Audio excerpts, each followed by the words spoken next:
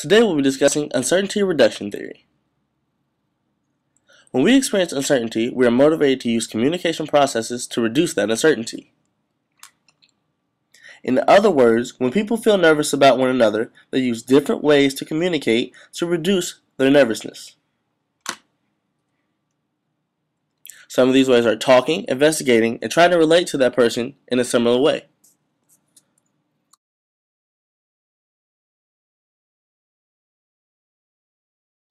After first semester, I transferred rooms from Fuse to Grand Forest. There I will have a roommate I never met or seen before. His name is Nick.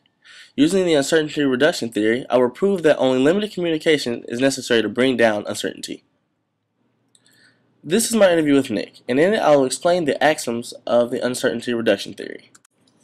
Uncertainty is the inability to predict the attitudes and behaviors of the interactional partner. One way to calm this down is anticipated future interaction. How did you feel before I moved in?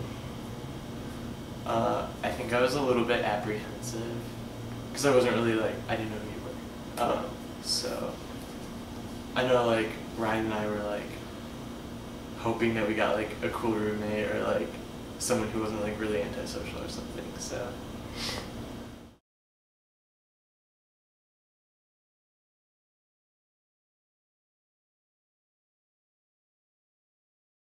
Being uncertain, how did you, before you met me, try to reduce your uncertainty?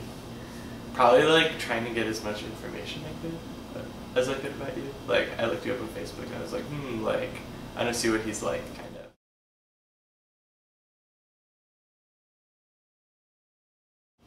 Throughout my time here, has talking increased or decreased uncertainty? Definitely, decreased it. Because I think even though we don't talk all the time, I feel I know that you're a nice person just from talking to you and stuff. So I feel I know a little bit more about your life. So. Uncertainty decreased. Did you try to seek more information about me? I think as my uncertainty decreased, I didn't need to seek out as much information as I did initially. You thought about me when I was moving in. When it made you uncertain, did you put together the positives and negatives, Wilson moving out and me moving in? I mean, not really. I didn't really think about it oh, this is gonna change for the better, or this is just gonna change for the worse. I just kind of thought oh, this is gonna happen anyway, so why even bother thinking about the positives or the negatives? Right. I don't know.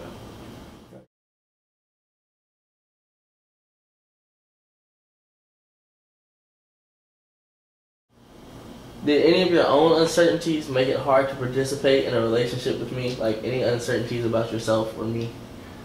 I think initially that happened because I was just I don't really know you. Right. So it's kind of nerve-wracking when you meet someone for the first time. It's kind of oh hi, I don't really know that much about you. But we're living together. So talking to me and stuff and just. Over time, uncertainty decreased? Yeah, I think so. Alright, that should be good. Booyah. Through my research and through my video, you can see that I found that the uncertainty reduction theory does work and is applicable to meeting your new roommate. As you can see, Nick was uncertain about who I was and what I was going to be doing in the apartment until he met me and had conversations and talked a little bit with me.